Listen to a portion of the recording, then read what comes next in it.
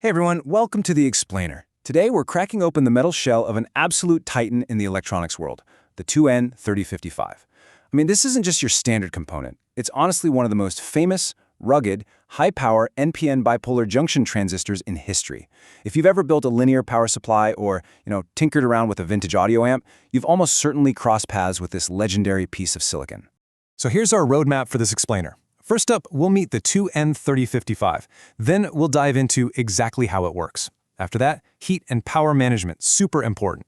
Then we'll look at some common real-world applications. And finally, alternatives and safety warnings. All right, let's just jump right in. Section 1. Meet the 2N3055 transistor. Let's get a feel for what this thing actually is. Okay, look at the sheer scale of these numbers. For a silicon NPN bipolar junction transistor, the raw specs are pretty wild. We're talking a maximum collector-emitter voltage of 60 volts, a continuous collector current pushing up to 15 amps, and max power dissipation sitting at a massive 115 watts at 25 degrees Celsius case temperature. But, and hey, this is an absolutely crucial point, these are absolute maximum ratings. They're individual stress limits. You absolutely cannot run this thing at 60 volts and 15 amps at the exact same time, or you're going to blow way past that 115 watt limit and completely fry the component. Physically, the 2N3055 is totally iconic. It's housed in this TO3 or TO204AA metal package, and it kind of looks like a tiny metallic flying saucer. It's got two pins sticking out of the bottom. Pin 1 is your base, which is the control terminal, and pin 2 is the emitter, where the main current exits.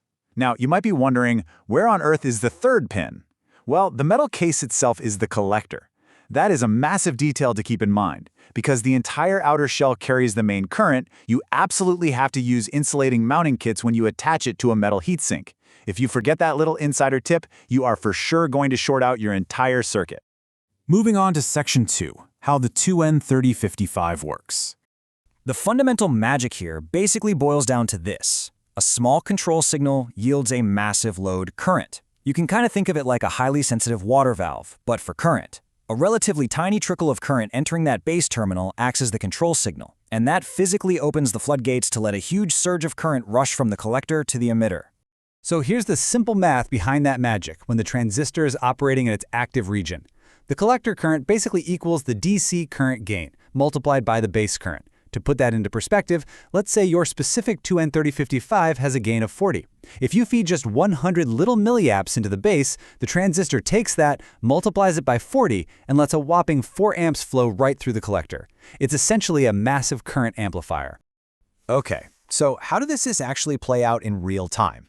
First, the base emitter junction becomes forward biased, which usually happens around 0.6 to 0.7 volts and receives its small trickle of current.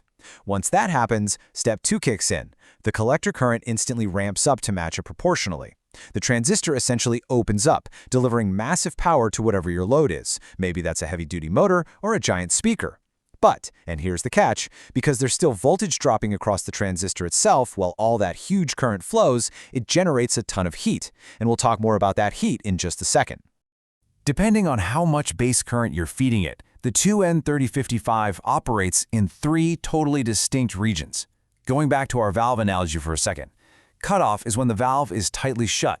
Base current is virtually zero, so the transistor is completely off. Then you have active mode. That's when the valve is partially open for smooth, proportional control, which is absolutely perfect for things like amplifiers or linear regulators. And finally, saturation. This is when you blast the valve wide open. The transistor drops to its absolute lowest possible voltage, making it incredibly useful for heavy, hardcore switching applications. All right, Section 3, heat and power management. Remember that crazy heat we just talked about? Well, 115 watts is the maximum power dissipation rating of this bad boy. But let's think about what that actually means in the real world. If you drop 10 volts across the transistor while pushing 5 amps of current, you aren't just magically moving power around, you are generating 50 watts of pure heat right inside that little metal shell. I mean, 115 watts. That's literally like having one of those old-school skin-burning incandescent light bulbs lit up entirely inside this tiny little device. Because of that, thermal management isn't just a friendly suggestion, it is 100% mandatory. The silicon inside can safely hit temperatures up to 200 degrees Celsius, sure, but without a proper heat sink, thermal paste, and the right mounting hardware to pull that intense heat away and dissipate it into the air, The component will literally cook itself to death in a matter of seconds. Honestly, proper thermal transfer is the one and only way you can tap into its true power safely. Moving on to Section 4, Common Real-World Applications. Basically, where do we actually see this thing out in the wild? Because this component is notoriously rugged, it's been the heavy-lifting backbone of electronics for decades. If you crack open some classic vintage gear, you are definitely going to find it driving high-current linear voltage regulators, pushing serious power in battery chargers, controlling big motors, and driving classic Class A, B, and AB audio power amplifiers. And honestly, because it's so forgiving and tough to break, it's still a massive favorite for modern DIY electronics projects. Now, in the audio world specifically, the 2N3055 is totally a team player. It almost never works alone. It handles the NPN side of the circuit, while its complementary sibling, the MJ2955, handles the PNP side. By setting them up as a pair in an output stage, an audio amp can efficiently source and sync current. It's essentially pushing and pulling the audio signal right through your heavy speaker coils to create that massive booming sound we all love.